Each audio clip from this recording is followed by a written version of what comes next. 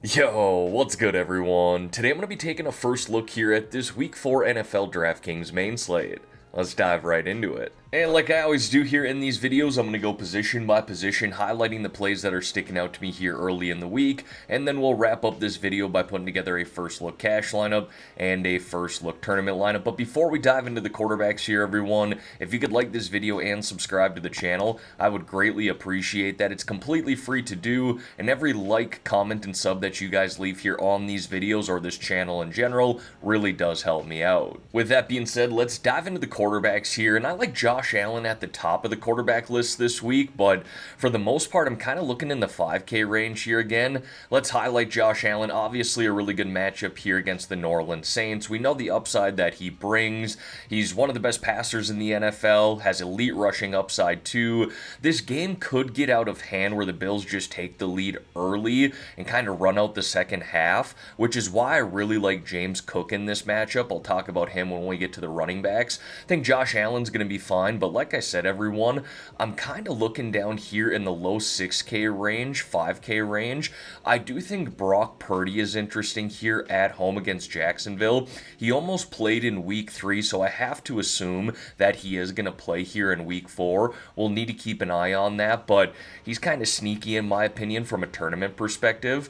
But if we get into the 5K range here, this is really where I like the quarterbacks for the most part. We got Caleb Williams here going on the road against Las Vegas. I think this is a game we'll be targeting in general. It definitely has some shootout potential. He's been really good here in 3 games, especially considering his price there at $5,800. He's hit 3x value in all 3 games so far. For those of you who don't know, that's what I'm shooting for in my cash lineup, 4 or 5x value when it comes to my tournament lineups. But I think Caleb Williams is going to be in play both from a cash game perspective and a tournament perspective. Now, I'll get to Drake May here in just a minute as well. I think he's going to be cash game viable too, but I want to stay in this game between Chicago and Las Vegas. I think we can run it on the other side in this game with the Las Vegas Raiders as well, and maybe we'll build a stack around Geno and some of his pass catchers at the end of this video when we build a tournament lineup. He's had 2 good games, 1 bad game, but I do like the upside here in this matchup against Chicago. Like I said, overall, definitely some shootout potential there. And then the last quarterback that I want to highlight here is Drake May, who's been really solid through 3 games as well in his sophomore season. 17, 26, and 21 DraftKings points in those 3 games. Been really solid as a passer, but, you know, I've mentioned this pretty much in every video that I talk about Drake May. He has that sneaky rushing upside that we love with quarterbacks as well, especially when it comes to DFS and fantasy scoring. So I think Josh Allen is going to be fine if we want to spend up this week, but again, I really kind of like this 5K range. Next, we got the running backs here, and Christian McCaffrey, Bijan Robinson. As long as they're in the 7 to 8K range, I feel like I'm going to highlight them more weeks than not. If I had to pick between those two, I would go with CMC, especially if Brock Purdy's going to be back this week. You know, the rushing performance hasn't been fantastic through 3 games, but this is a guy who's, just look at the targets here, 10, 7, and 15 through 3 games. How do we ignore that? He's basically a wide receiver 2. You could argue a wide receiver 1 with those numbers, who's getting close to 15 rushing attempts per game as well. So I'll take CMC over Bijan, but I think Bijan's going to be fine as well at $8,200. I really like James Cook here at $7,100. He has truly been fantastic through 3 games so far this year, and I know there's always a little concern with the Buffalo Bills running backs that kind of rotate 3 there, but when James Cook is on the field, they're putting the ball in this guy's hands, and he can pretty much score from anywhere on the field. 13, 21, and 19 rushing attempts in 3 games. I'd like to see a little more consistency in the passing game, but it basically comes down to the game that they're playing. If they're winning and playing with the lead, he's going to be less involved in the passing game. Or then you have a game like this against Baltimore, which was really close, playing from behind. He got 5 targets in that game. Now, against New Orleans here, I really don't see them playing from behind in this game, but overall, like I said, really do like the matchup and just how he's played through 3 games so far this year. And then 2 other running backs that I want to highlight here down in the 5K range. We're going with a couple of rookies here. We got Hampton for the LA Chargers. We saw Najee Harris leave in week 3. It sounds like he's got an Achilles injury. That's never good. I don't know the official word here as I record this, but anytime you hear an Achilles injury, that usually doesn't bode well. So, I believe that Hampton here is going to basically get bell cow work in this game against the Giants. Now, it's really early in the week, Monday, as I record this. Things can change throughout the week, which is why you got to tune into my final 2 videos on Friday that I post. My final cash plays video and my final tournament plays video. Post those on Friday. They're 10 to 11 minute videos, but I basically break down my final plays there. This is the early look. I do, however, just see Hampton getting a lot of touches in this game against the Giants. It's a good matchup. He had 19 rushing attempts in week 3, 7 targets. We didn't see that in the first 2 weeks, but again, with Najee Harris going out, he had to get more involved in the passing game. So I really like this price, and again, like that matchup against the Giants. On the other side of that game, though, Cam Skattebo, I think he's going to be in play as well. Tracy left the game on Sunday night, battling a shoulder injury. We need to keep an eye on that. He could very well play in week 4, but I liked what I saw from Skattebo. Was running the ball super efficiently, heavily involved in the passing game, and again, like that price tag there at 5.5K. And then we got the wide receivers here. You all know I kind of like to tier the top plays, and then we'll get into the 5.5K range and talk about a handful of guys that are sticking out to me below that.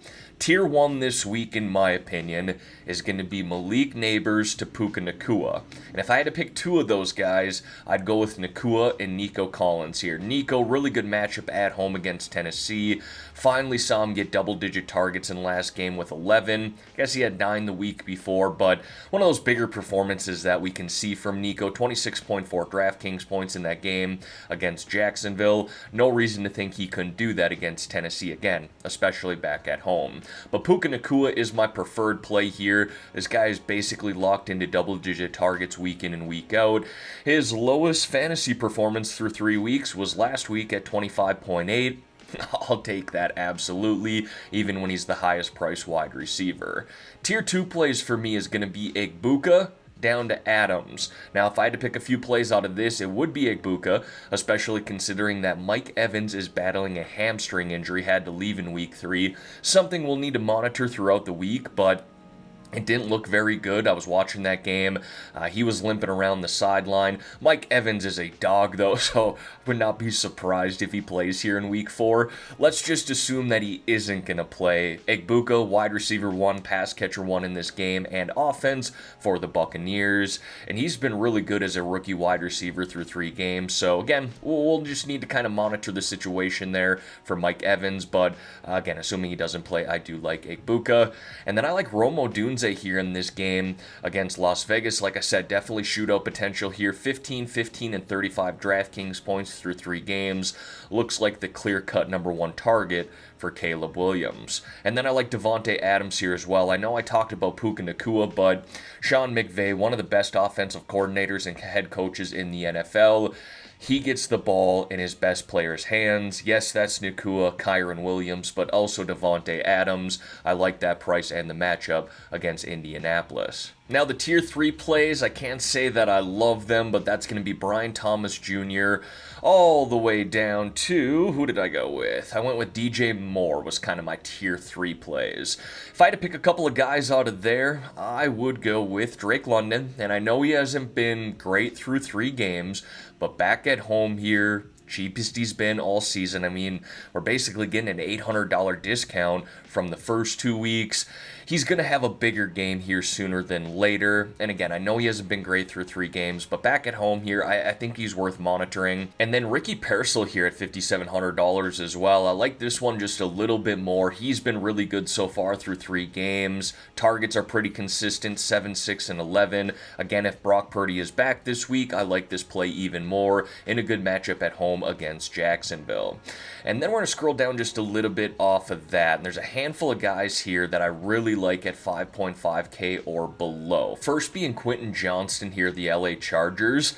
You can't even call him a wide receiver number 3 in this offense with these numbers, 7, 7, and 10 targets. Those are wide receiver number 2, and Some teams, that's wide receiver number one number, so I like what I've seen so far. I know he's kind of dealt with the drop passes in the past, and even if he has a couple of those in the game, it seems like the targets are there for him to make do when it comes to fantasy scoring. I do like that price at $5,500, but even more so, and I'll get to Jacoby Myers here in a minute as well, I like Keenan Allen again here at $5,300, 10, 11, and 7 targets through 3 games. He's hit 17 plus DraftKings points in every one of those games. Really hard to ignore it at that price. You could definitely build a tournament lineup, stack those two guys up. I didn't even talk about Ladd McConkey. He's definitely in play too. Overall, just really like what I've seen from the Chargers. So they're in play, but let's get back to Jacoby Myers here. Don't want to sound like a broken record, but again, shootout potential in this game. We could do a little stack with him and Geno at the end, but I like that price as well. And then Chris Olave, this offense is going to struggle this year for sure, but as long as he's getting double-digit targets, I think we need to mention him as well. Probably not my favorite play here in the 5K range, but the volume is definitely there. And then below the 5K range here, there's a handful of guys that I just want to name drop. I'm not going to drill into each one individually, but they're actually pretty far down here in the 4K range. First one we have here is Christian Kirk. I'm going to pull him open at $4,400. First game back last week, saw 8 targets. Obviously he's got to shake off a little rust in his first game back, but I love this matchup against Tennessee and that price. You got Tucker there of Las Vegas as well. Massive game last week. 40 plus DraftKings points.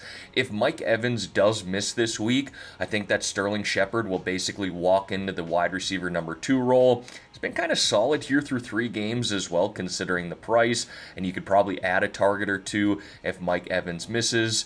I also want to pull in Thornton here. Now, we need to keep an eye on Xavier Worthy. He could be back this week, but if he misses, Thornton here kind of looks like the number 1 wide receiver in this offense right now, so he's very viable at $4,000. And then A.O. Manor's another guy that I just wanted to name drop at $3,900. So, handful of value plays here at the wide receiver position once again this week, and I really like that. And then when it comes to the tight ends here this week, it's kind of a unique situation. I do think that we can spend up for Brock Bowers this week in a good matchup at home against Chicago.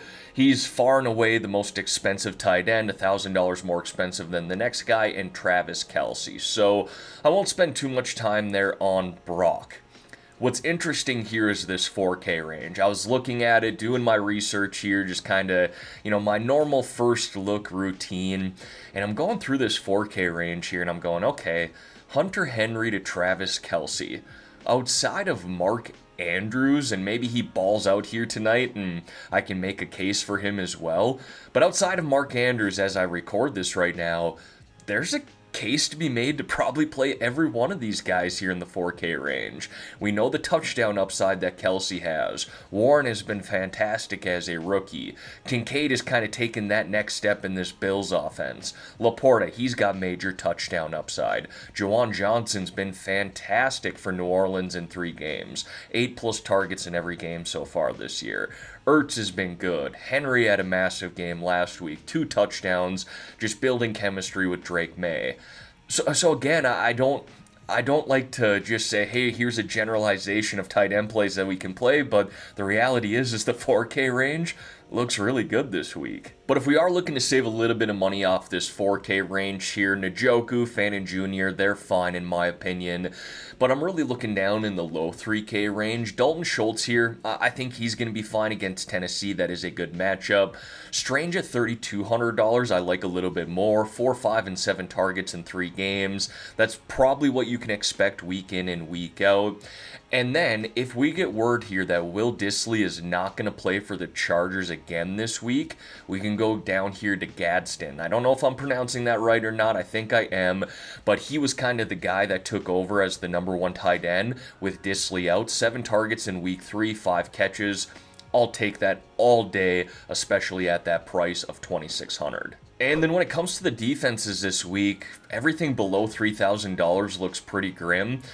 If you guys got a defense recommendation here in the 2K range, let me know in the comments below, because I sat and looked at this for like 10 minutes, and I was like, I don't think I like any one of these defenses here, but I do like the upper 3K range, which I know that's not ideal, but this is the first look. Texans are my preferred play here at home, going up against a rookie quarterback. They should be able to get after Cam Ward, Will Anderson, Danielle Hunter. Those defensive ends should be able to create pressure in that game. Obviously, Buffalo at home against New Orleans looks really good too, but the Texans were my only play that I wrote down here on my list for my first look notes. So I'm thinking some value will probably open up throughout the week, but let's just roll with the Texans here for this first look. Alright everyone, now we're going to put together those final lineups here at the end of this video, but before we build this first look cash lineup, if you could like this video and subscribe to the channel everyone, I would greatly appreciate that. Every like, comment, and sub that you guys leave, again, truly does help me out. Let's start at the quarterback position. Actually, you know what? Let's go to the defense position here because, like I said, we're probably just going to put in the Texans here for the first look. So we'll get that out of the way and then get back to the quarterback there. I'd love to put in Josh Allen, but I'm going to save some money. I love this 5K range again this week. Let's go with Drake May here for our cash game quarterback. Pretty safe in my opinion. Again, he's got that sneaky rushing upside. Now, when it comes to the running backs, let's go James Cook. Let's go with one of the rookies as well. I'm going to go Scattaboo here to begin with. Loved what I saw out of the passing game from him on Sunday night. And then let's put in CMC. He's probably a lock for me, which means we'll have to save a little bit of money at the wide receiver and tight end position. However, I just want to jam in Nakua here if possible. Alright. We're going to have to save some money throughout the rest of our lineup. Let's go and put in Keenan Allen here. 3,400. Okay, we could save money at the tight end position, so I'm not overly concerned about that. Let's go with Thornton here of Kansas City, like what I saw from him again in week 3. And then we just have to basically punt here at the tight end position. Let's hope that Disley misses this week so we can put in Gadsden there. Now that gives us a couple $100 left over, but for a first look cash lineup, I love the volume we're getting here and the upside. And now we're going to build a first look tournament lineup here. Normally I start with the quarterbacks, but again, let's just jam in the Texans there, get that out of the way. And what did I say? We'll build a tournament lineup here around this game between Las Vegas and Chicago. Let's go Geno, and let's put him in with his top 2 pass catchers. And I know Tucker just went bonkers in week 3, but Jacoby Myers and Brock Bowers are still the number 1 and 2 pass catchers, so let's build around these guys here, and they're very affordable, all things considered, right? So let's go with these 2. And then let's run it back with Rome Odunze. You could go with DJ Moore. Could probably go with Swift as well, but I'm going to go with Odunze there. Let's go to the running back position. I am going to go. Let's put in Hampton since we went with Scattaboo in our cash lineup. We'll go with Hampton. And you know what? I'm going to put in James Cook again. I just love that spot against New Orleans. 53.50 left for a wide receiver and a flex. Let's put in Devontae Adams here, $6,200, and that gives us 45 left over for a flex, which is going to be a wide receiver, so we might as well jump over there. And there's a handful of guys that I think we can make a case for. I kind of talked about them earlier, went over that section pretty quickly, but how about Christian Kirk in this game against Tennessee? Again, there's a number of routes that we could go there, $100 left over, but for a first look tournament lineup, again, I like the upside there. Alright everyone, that is going to wrap up this video here for today. As always, thank y'all for taking the time out of your day to watch the content here on this channel. If you could like this video and subscribe to the channel, I would greatly appreciate that.